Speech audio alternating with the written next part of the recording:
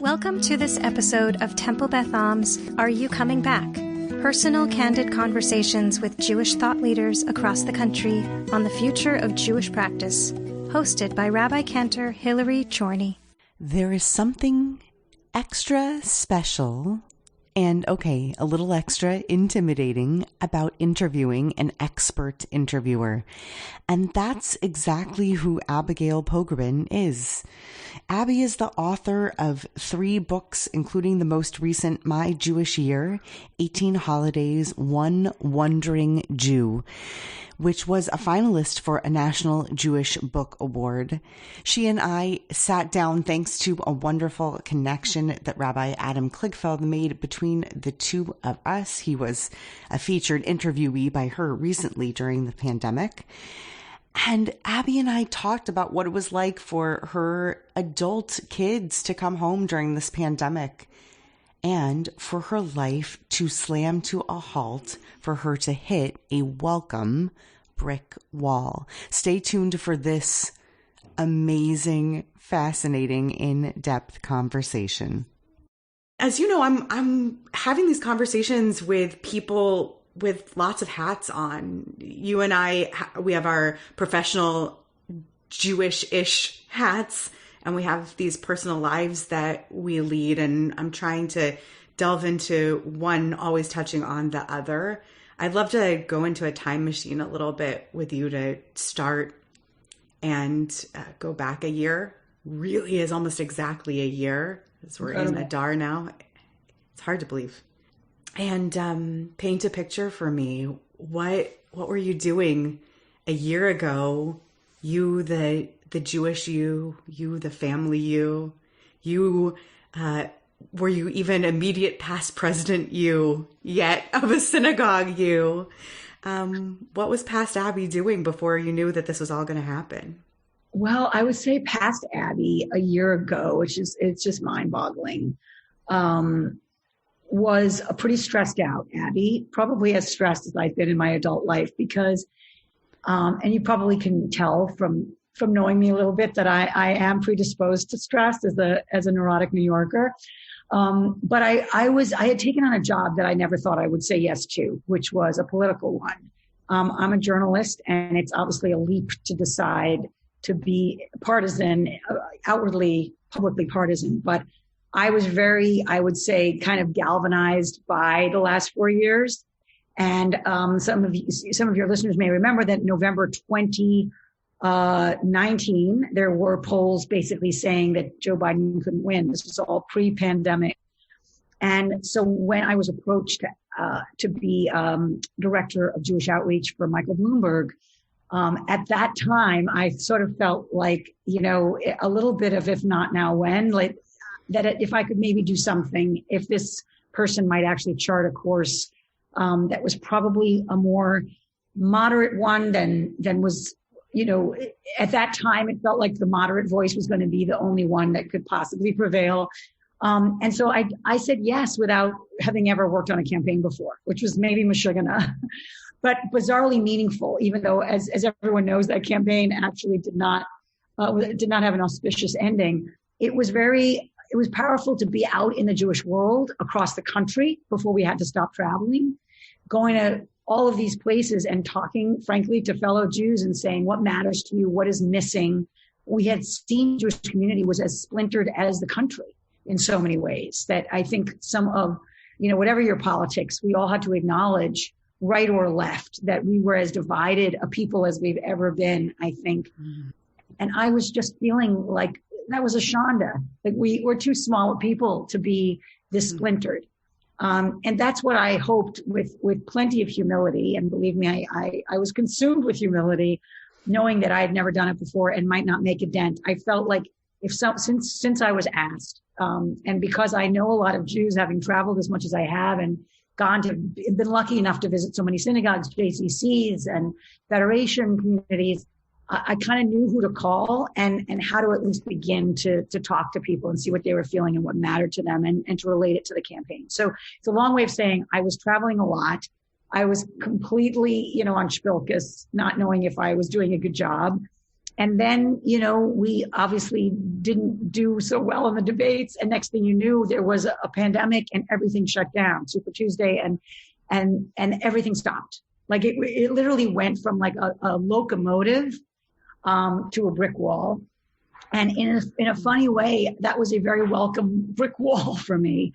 I think both Jewishly and personally, just because even as energizing and challenging as the campaign was. And I met people, honestly, I hope to know the rest of my life. I mean, it was as diverse a team as I've been able to work with ever in my life.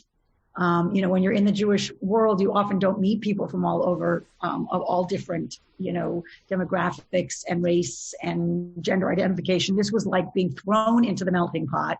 That was a blessing. But it was a lot, and I wasn't really breathing, and I didn't know if it was ever going to let up. And suddenly it all was like, talk about Shabbat. It was like Shabbat on steroids. It's just everything halted, and it almost screeched to a halt. And so it's a long answer to say that it gave me a breath I didn't think I was going to have. And that's, and in a funny way, it was its own, not funny, kind of poignant. It felt in a way like the powers above were saying, you need to slow down a little bit. Even as important as this work has been, this is actually a moment that's going to make you revisit everything you've been doing and what matters and who you haven't been seeing in a long time because of this work. So I had missed being a reporter. I had missed being the asker of questions instead of the telling of someone else's story. And I'd missed my family. That phrase that you used, you said a welcome brick wall. And I'm thinking about this idea that people said to me when I was anticipating my first maternity leave. I've been on maternity leave twice. And I remember people saying, it's not vacation, But I think welcome brick wall would have actually described it very well, because I do run truly 24/7 in the work that I do. And it was a welcome brick wall in that it slammed me to a halt in everything that I was running to do and made me reset in a lot of things. Have you ever experienced a brick wall like this in your life before? Or is this a brand new feeling? Never had. When I was a producer for 60 Minutes, there was a sense of running all the time. And when I had my first child, actually, it was a reckoning. I think I was on the tarmac, like flying to, I can't remember, Estonia or something, and for a story, and just thinking, I love this work, but it's not where I want to be anymore. And it wasn't so much a lack of ambition as more just, you suddenly just have a different sense of where balance is and where your place is. And so I switched to print journalism, actually, right, after working in 60 Minutes, just knowing that wasn't going to be a life that was tenable for me. And I think I am very comfortable in the being, as you are doing, being the person asking the questions and drawing out other people's stories. And I ended up, as you know, really in kind of Jewish investigation, both personally and journalistically. And it's funny where things send you, because it never was my plan, but it was suddenly the area that animated me the most in my life and animated me as I was becoming a Jewish parent, not having necessarily decided what that was going to look like back in the 90s, because I'm old. And so just the confluence of those events sort of took me, in a place that hasn't really ended, but never was there a wall in a way. I was never as stressed or as forced to stop. And interesting enough, when I wrote my most recent book, My Jewish Year, where I took a deep dive, both journalistically and personally, into every milestone on the Jewish calendar. And as you know, it's like a clown car. Once you open it up, the holidays keep coming.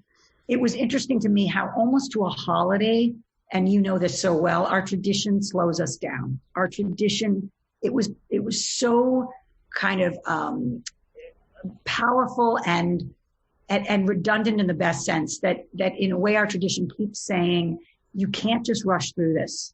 You actually have to take a moment and look at what's happening, taste what you're eating, look at who's with you, look at who matters, look at how lucky you are. I mean, almost again to a celebration or a moment of mourning that was constantly enforced. And that kind of Jewish slowing, which is a brick wall, sounds very negative. It was a blessing I had missed in my life of being forced to stop. You know, you said that you missed your family. That was one of the things that you said that you missed, and you stopped to notice. And you had been an empty nester, right, before this for a few years. And that changed, right, when this pandemic began. What was that like for the show? We have 2 kids in their 20s. And, you know, I'm sure you've heard this so many times. And there is the kind of the hesitancy to say it was all blessing, because there was so much suffering at the same time. And that was not just painful. It was hard to square the feeling of being fortunate to be back with my kids at a time when people were losing, you know, the people they loved the most. That was, you know, I'm sure we can talk about just acute every day. And because I'm a news junkie, I was really taking that deep dive of loss and illness and panic and suffocation and all, you know, just, and the first responders and the people who had to be brave, whether they were brave or not. I mean, that was just such a split screen to having my kids home, Ben and Molly, for the first time. You know, we had not been at the same dinner table regularly in so many years, and the preciousness of it, of, you know, suddenly cooking together and setting the table and having these conversations we hadn't had the time to have without people running off in different directions to their activities or back to their friends or schools, or, and then also just, you know, navigating this uncertainty and the fear, the complete newness of this scourge, of this plague together. You know, I just felt so relieved that we were close. I felt physically close. And, you know, I everyone says their kids are rare, but our kids actually enjoy being with us. And so they seemed, even though of course they missed their lives and their friends, they seemed also to, there was a sweetness that I think we were all feeling about being back together. And yes, we had the puzzle phase you've heard about or know about, when everybody was doing puzzles, and we had the bananagrams phase, which was very competitive. And we had the baking phase. I mean, you know, that's one thing I've held on to, is my daughter kind of started us on the weekly challah. And we, after trying and failing with many recipes, a challah I think is much harder to get right than to get wrong. We finally hit on Joan Nathan's my favorite challah, which is in the Times. It's also on other places, but she had a fail-safe recipe. And so every Friday we knew finally that the challah was going to be good, and we had it hot, and we all looked forward to it. And I'll be honest, they're in their 20s, so we shared some wine on probably too regular a basis. But it was like, and then obviously post George Floyd, there were such crucial conversations to be having, all of us in the world, in our country, but also as our family, with the racial reckoning that was going on. So there was plenty to talk about, and it felt very precious to be back together.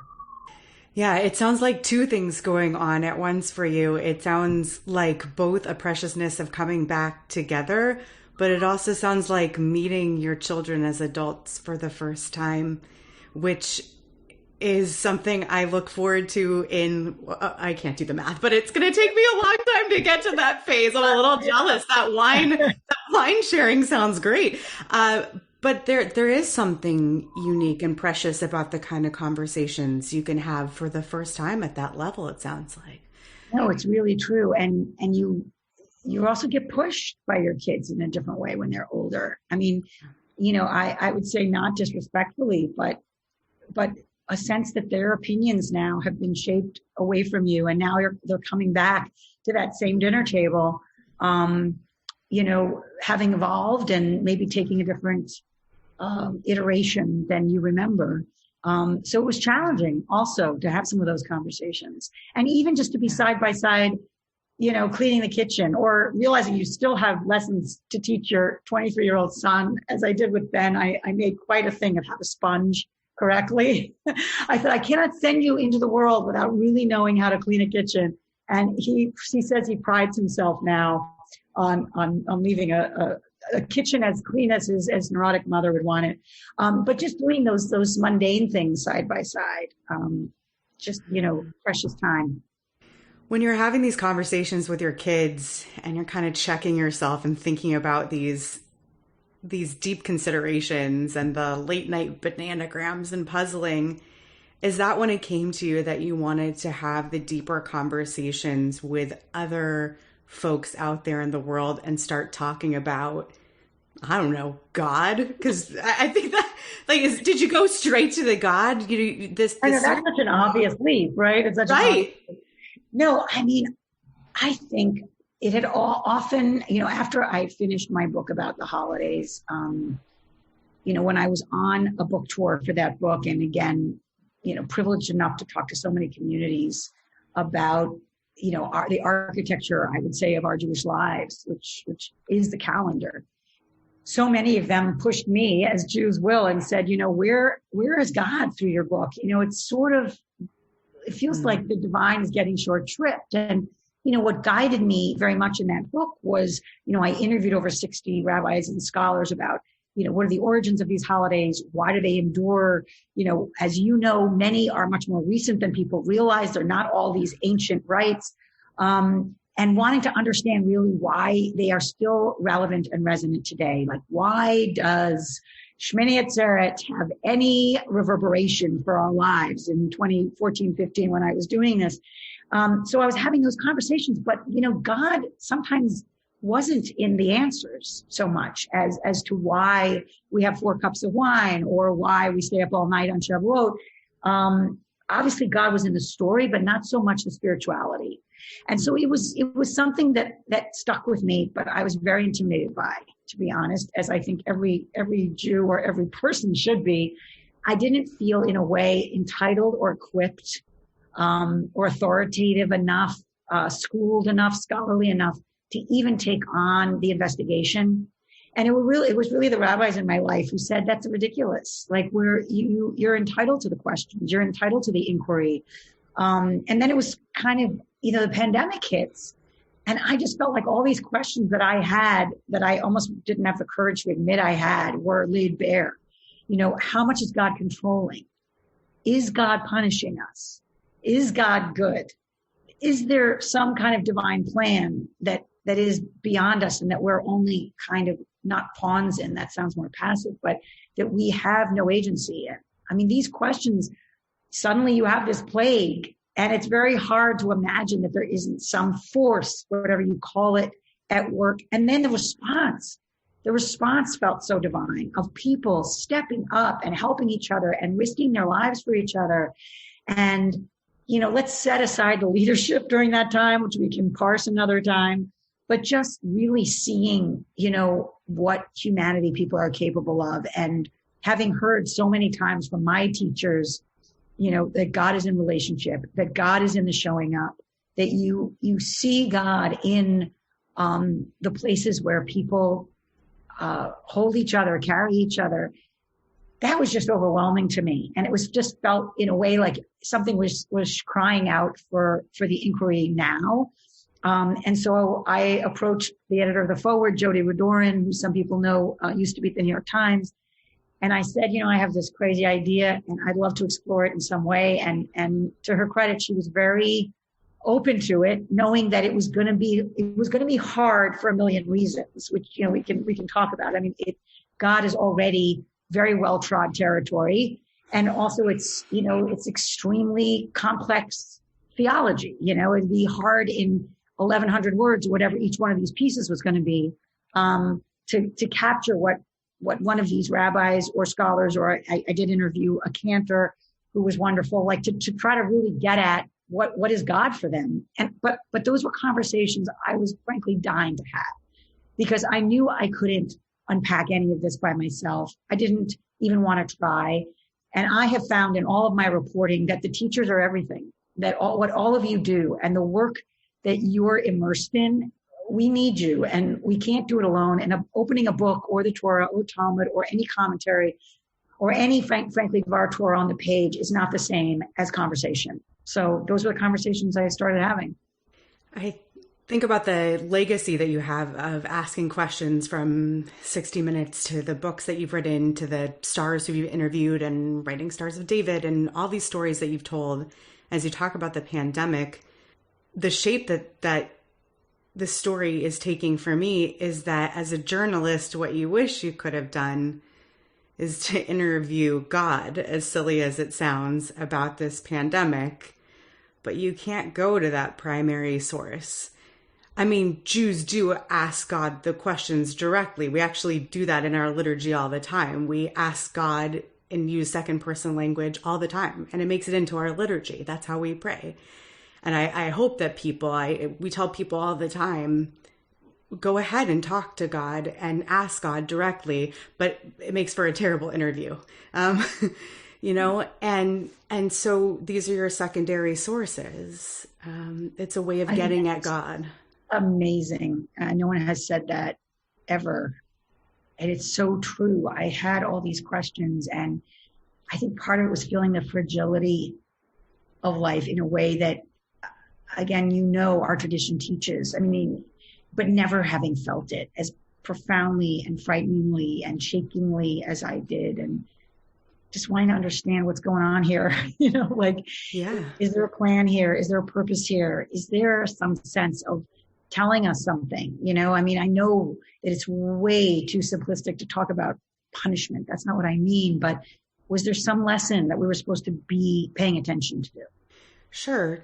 And I think that one of the things that people who choose Judaism as a path discover that they love about Judaism, and Jews who are born into Judaism discover is still lovable about Judaism, is that we're permitted to go and ask 18 different rabbis and scholars. That's okay. And there are limits to that. We're not supposed to go out, I guess, halachically and ask for different answers on one particular question, but we don't need to get into the nitty-gritty of that. In general, when you have a question about God, it's beautiful to go out and seek those different sources. So this series, the Still Small Voice series, is a way of getting at that wonderful aspect of Judaism that permits us to ask. Yes, and I think that, I mean, I am sort of I think in many ways, the every congregant or the every lay person noticing that God is often a hard vocabulary for a lot of Jews. We just don't, we're not used to it. We don't feel entitled to it. And it often feels somewhat exposing, vulnerable, embarrassing to even talk about this stuff. And, you know, I think that many of us are sort of content with putting the God conversation in a very private place. And I don't criticize anyone for doing it. I did it myself. But I just feel like, I mean, as you know, we were about to head into Passover. The metaphors couldn't have been screaming more loudly. We're about to go through the plagues, and we were living through one. You know, I was asked very kindly to be part of a lot of these Zoom events that were happening, you know, in addition to planning my own family Seder, because I'm the one who leads it. And we wanted to figure out how to do it and still have the whole gang there. So it was 40 people on Zoom, and trying to figure out how to make that intimate, how to make everyone be able to participate when you have all of these boxes. And as you know, you can't sing in unison. It's a total mess on Zoom. And we were still very new to all the Zoom world in April when Passover was last year. It's sooner now. But just sitting there with the Haggadah and trying to figure out, like, how is everyone going to feel like we're at the table together? And what, in a sense, and we also could have so easily just said, oh, this is too hard. This is too complicated. We're just going to do it wherever we are. You know, the challenges of this felt to me like God was in these decisions in a way that was very powerful to me. And saying, you know, obviously it's the analogy is too grand, but I was taught post 70 CE that we had to get away from the temple. We had to reinvent ourselves, right? And we suddenly had to be a portable tradition, and we had to be able to have it be lived and interpreted wherever we were. We didn't have a locus anymore of Judaism with the temple destroyed. And I felt that way here, of like, suddenly we don't have our synagogues. I don't have my central synagogue, you know, routine of showing up on Friday nights. I don't have my community. I don't have my family at my chaotic, tumulty, extended relatives of 40 sitting at our table and worrying about how much matzo ball soup is going to spill on the carpet, how much matzah is going to get driven into the walls. It just, all of it had to be new. And I kept hearing permission, like whatever it is, if you have a Snickers bar, as long as you do something. And, just, again, it just felt to me like this is very kind of brass tacks of where is God now as we figure out a new blueprint, not knowing what the end is going to be. At the start of our conversation, when we started talking about that brick wall, that welcome brick wall that you hit, it was the welcome brick wall for all of your workload that you had taken on and the Bloomberg campaign and all that. But now we're talking about that other wall that you also hit, which was the sudden stop to that whole other part of your life, which was this huge community and spiritual life. You didn't have what you were just saying. You no longer had this huge central synagogue, and that is a looming place and a looming presence. And Rabbi Buchdahl is an extraordinary figure, and I imagine a partner to you in your time as president of that place. What did it feel like? A loss or something else? What was it to suddenly not have that place? I mean, a huge loss. I think I'm someone who found a synagogue home late in my life. It was 2006 when I joined Central. And even though I had been raised going to synagogues, not intermittently going, but going to different ones, I never really belonged to one. I never felt like I was known by the clergy or knew them. I didn't really know the congregants other than by accident because I know people on the Upper West Side. It wasn't like I had a synagogue family. And Central gave me one in a way that was just beyond my dreams. I'd never dreamed it. I'd never known what I was missing. It really was one of those, I described it in one of my Yom Kippur appeals as love at first sound. I went to a bat mitzvah and I knew it was where I wanted to be. And that isn't really like me so much. And it isn't, and I haven't sort of recognized myself ever since.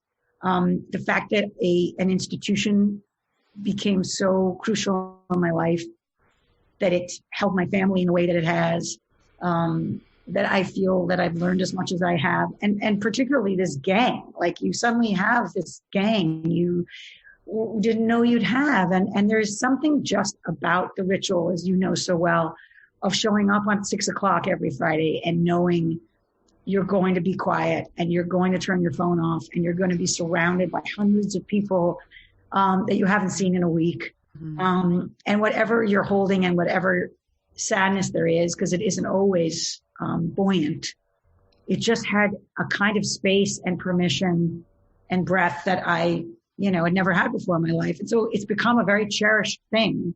In addition to the other times I'm there for the meetings and the board meetings and the endless task forces and committees that I've come to cherish so much, but that bring me into the building for other reasons, including the holidays, other simchas, and sadly funerals. But it's just it's a place. It's like become such an important place, and the people in it. And suddenly, again, hard stop. It was over. And, Central, as you know, I was listening to your conversation with Yehuda Kurtzer, who's a friend, and he described Central, I think, a little a little bit hyperbolically. I have to argue with him about that later. Just like that, we're so well resourced. We were already online, so we had 500,000 people listening. It is true. We are lucky. We've been doing this, pre-pandemic for 20 years, we've been live streaming. So there was already that community and that, the habitual, people were used to it, finding Central online. But I also think, it's not just bells and whistles. It's not just great technology. It's being nimble and knowing how to still reach people through the screen. And I think I don't take any credit for that. That was our clergy and staff figuring out what do we need to do now to respond. And it was extremely powerful to watch, and it still was appointment Judaism for me on Friday nights, but it just was not the same. And, for those who can't text, and I know that most conservative and Orthodox Jews can't use technology, but being able to text while that service begins and to see the flood of texts or on Facebook Live, Shabbat Shalom, from wherever people are all over the place, it was as close to seeing your family as I could get. Do you think you can still define it as community, as being in community? Great question. I mean, I'm not going to lie about it. It's not the same. I feel like the community that I feel is residual, holding on the tether that I think is not broken. But if it was 5 more years of this, I'm not sure it could withstand it.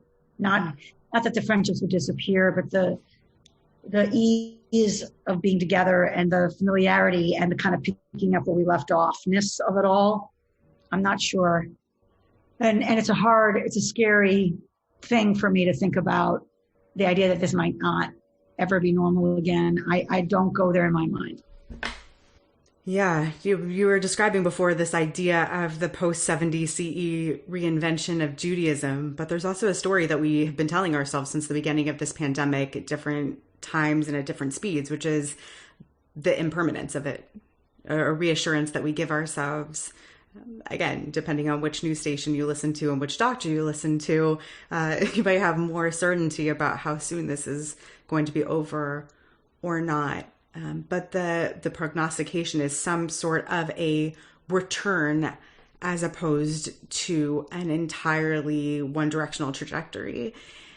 But that's very Jewish too, because they still prayed about going back to Zion when they were sitting on the banks of the rivers of Babylon. So I think we're all pining for kind of that reset to be a return that is fairly recognizable. Or I'll speak for myself. I think there's been great reinvention, extraordinary reinvention in the Jewish community and probably in every religious community. I just know because of my journalistic pursuit that I've been, kind of trolling, that sounds negative, but, shadowing all of these services all over the map and how wonderful it is to be able to dip in to different cities and see what different clergy leads are doing and also all the learning, my God, explosion of Jewish learning online.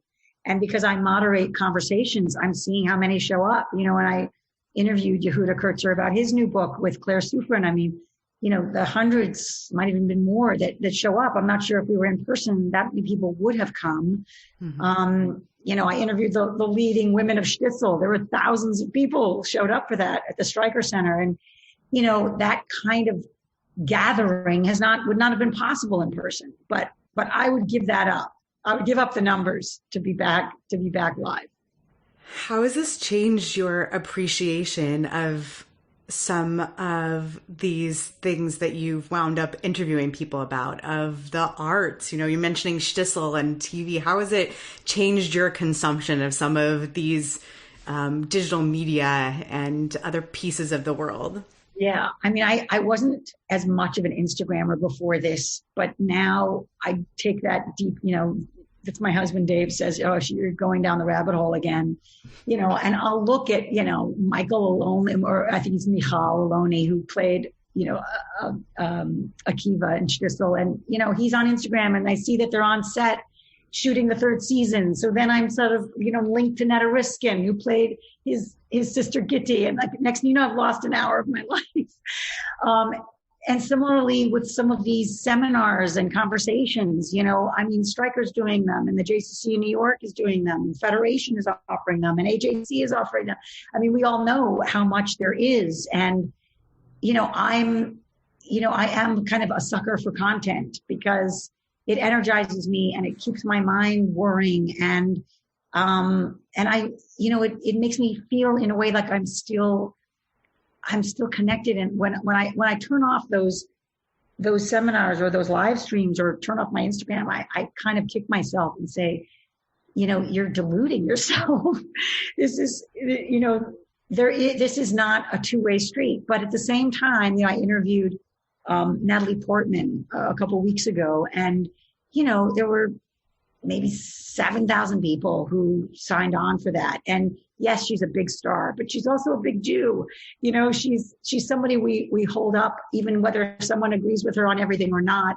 She's one of those people, like when I was reporting Stars of David, we have always turned to our high achievers and kind of taken a certain pride in them. And just to be able to sit with her and know that she's in her, she's sitting in her kid's room and I'm sitting in my kitchen. And there's something just more personal about it all right now. And I don't take that for granted in the least. And then the more powerful conversations, listening to Mika Goodman, who is in Israel, talking about, really hard stuff about whether there's going to be, peace or no peace again. But I get to do that. I get to go to Israel and do that because I'm home and I have the time and he has the time. I mean, these are things that I hope last because they have changed the game in a way that aren't completely enriching. Abby, this feels very audacious to diagnose or say, but I'm going to say it anyway. You do Yeah, it's a big out for me. But it's a good thing I can edit this afterwards if I feel like editing it out. You do strike me as a sucker for content. It was the phrase that you used.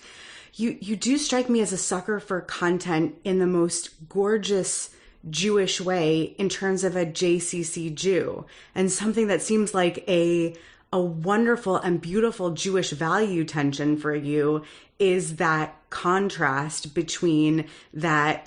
When I say JCC Jew, I mean in a totally classic 92nd Street Y way that bottomless content in the digital age allows for versus the utter surprise you find in yourself being drawn to Central so much so that you agreed to a 3-year presidency, and the tension between wanting the intimacy of a community where people know you and they're your gang, right? You said like they're your gang, they're your people, and your rabbi actually knows you and the intimacy of that community. But also, again, just a total value tension there that you just dig the bottomless, almost Talmudic, endless global possibilities of what Judaism can be when it exists in this infinite content universe. And if those two things can continue to exist in those two poles at the same time in that tension, maybe you have a chance of having like the Judaism of your dreams. Well, it's very rabbinic of you and very astute. I haven't thought of those two poles, but it's very true. And, I think one of the things I discovered, and maybe because I'm late to it, I'm still giddy about it, is just how endlessly interesting all of this is. And so whether I'm lucky enough to be studying as I have been with Yehuda Kurtzer or an Eli Kampfer or a Shai Held, and then can go and watch an e-car service with Sharon Brous, and then listen to an AJC conversation about anti-Semitism or go on ADL's, gala, which, and see the conversations that are so hard right now about white supremacy and intersectionality and all these things. I guess it's just that these conversations, the hardest ones, and they are the hardest ones, are alive to me. And it's the things that just make your brain bend and kind of whir that I think make me feel like I get it. I get why people have stayed in this thing and read the same books again, over and over and over again. Like for those who say, how redundant is this tradition? 8 days of Sukkot and 8 days of Hanukkah and the same Torah and 2 Seders. Why do you have to do 2 Seders? I mean, there's so much repetition that we do. And here we are again, back at Passover. But for me, it's like, what is Passover going to be this year? It is the kind of excitement of how this thing changes depending on where you are in your life and in the world. And even at the hardest moments of loss and of sickness and of struggle and depression that I've seen in the people I love or gone through in my own family, I just see that like Judaism meets you where you are. And so, yeah, I think that, and at the same time, and it's not like Central is the small thing and all the learning is the big thing. I think the more lasting thing in a way is your family, your Jewish family, right? Who knows you and cares and knows if you're home, stuck, sick, that, the way that Central immediately were deploying all who wanted to check in on those who were homebound. So many synagogues did that, but like, that's the real stuff and not necessarily parsing the page of Talmud every day. But like, how do we show up for each other when we're not related? We're Jewishly related. That's very powerful for me too. Yeah, it's a place to deploy the learning to, and as you put it, to show up, to actually show up for one another and to turn off that outside universe. I think it's apt that you describe that it's showing up at 6:00 and turning off your phone. I think even and especially if it's not a halachic act, because what you're describing is so artfully in contrast with going down that rabbit hole. It really is turning off the bottomless content and turning off the Instagram feed and saying, I'm present. And I'm present to this ritual in this moment. And I could be watching several different synagogue services right now, but I'm sitting right here and focused right here, which kind of leads me to the ultimate question of the series that I'm engaged in right now, which is there a return for you? Is there a craving for you of a return? You kind of touched on this before, but is there a return to what was before? Do you picture the return for you to something that existed pre-pandemic, or are you craving a something new and different when things open back up? I have this picture, this snapshot of what it would be like to walk into Erev Rosh Hashanah again. I don't think it'll be this fall, but you God willing, the following one, and just seeing everyone again. That is our one. We have to have services in multiple locations because of Central's 2,600 families, and so the fact that we are spread out in other services, as beautiful as it is, means we're not. There isn't one time we're all together, except for Erev Rosh Hashanah, when we are all in one place. And just I know what it feels like on that evening before all of the these holy days begin, when we are looking at another year, when we are so completely acutely aware of how lucky we are to be walking in to these services, to have gotten another year in the book of life. I yearn for that, and I see it, and I believe it. What I guess I'm not so sure of is that we're ever going to quite be the same for a long time in terms of sort of trusting togetherness. I certainly feel it. It's not even contagion. It's just a sense of what could be lurking in intimacy. And so the fact that it's Central, we have a long controversial, debate about swaying, but we sway during the Shechianu. Some people are opposed. I was a president that was for it and swayed. It's to each and her own. But even the swaying, can we sway anymore? Both metaphorically, it's just in a larger question, and the literal one. Can we be physically together again the same way? And I'm not sure about that. And I'm not sure even I will feel fully comfortable with that again. And then I just think in terms of what I've seen, because I've reported on a lot of Jewish institutions, I don't think it's a bad thing that some have had a reckoning, that some have had to reinvent, that some have had to merge or talk about merging. I think that there's, part of this Jewish story is change. And sometimes a lot of these institutions do kind of get stuck in aspic. And that's no judgment. It's understandable. There's boards, and there's stakeholders, and there's tradition, and there's ritual. But sometimes it does need to get shaken up. And if anything has done it, this year has. And that's actually energizing to me. And I think something I'm looking forward to seeing the change. It strikes me that you have such a magnetic draw to Rosh Hashanah as a holiday and as a season, that you talk about that. First of all, you wrote a whole book about the holidays, but you also said earlier that it sort of sets off this train, you're right, of holidays in the season. It's sort of, you open the clown car of the season. I love that image. I think it's going to really stick with me. And you also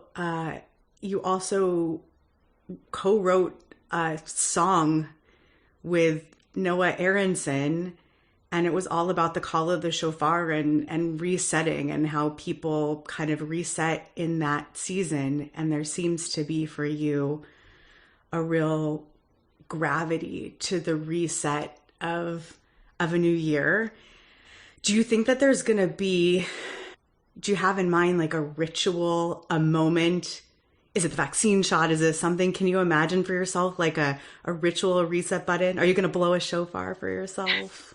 I don't know. I was so bad at blowing the shofar when I did that for my holiday deep dive. I never got good at it. My son was much better. You know, it's interesting that when you bring up the song that I wrote with Noah, and I was lucky enough to have Rabbi Peter Rubenstein, who is the Rabbi Emeritus, Senior Rabbi Emeritus of Central Synagogue, who is now at the 92nd Street Y, had asked us to write something for the holiday. And, you know, it was so, at the time that we did it, was pre-pandemic, it was so much about that idea of that we get another chance, that we have to look hard at our past and our mistakes and our missteps, but we also have to really take in the fact that it's not over, that you do get not just a chance to do things differently, but a chance to, it's even more than forgiveness. It's like you get a blank slate again. It doesn't mean you're not responsible for again, the things that you have to atone for and think about. But that is such a powerful idea. And I learned in my holidays book that, you know, as you know, there's 4 chances in our tradition for New Year's. So I think the idea of newness and reset is such a powerful thread. But I would say that the more powerful thread is the idea that you might not get another year, is the Yom Kippur lessons of, you know, why we reenact our death, or it's a rehearsal for our death. And it's not just that I am, you know, someone who's a doomsayer. I don't think I am, but I am very aware of this idea that you might not get another day.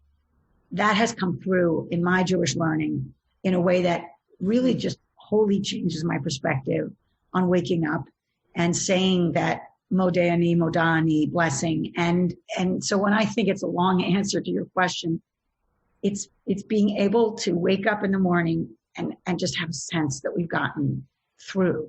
And even with all the people we've lost, that it's just that we have crossed that Red Sea, that the worst is over, that the enemy isn't right behind us. I just feel like even though death will still be looming each year in these holidays, and frankly in the entire year, this profound gift that you get another chance. It's never been as bracing as this year has been, that you just really might not. And when I think about all the people who are not going to be there for these high holidays, virtually or in person, I can't get over it. And so I look forward to that morning blessing. I look forward to that morning blessing when I feel like I'll just know in my kishkas that it's over. The worst is over.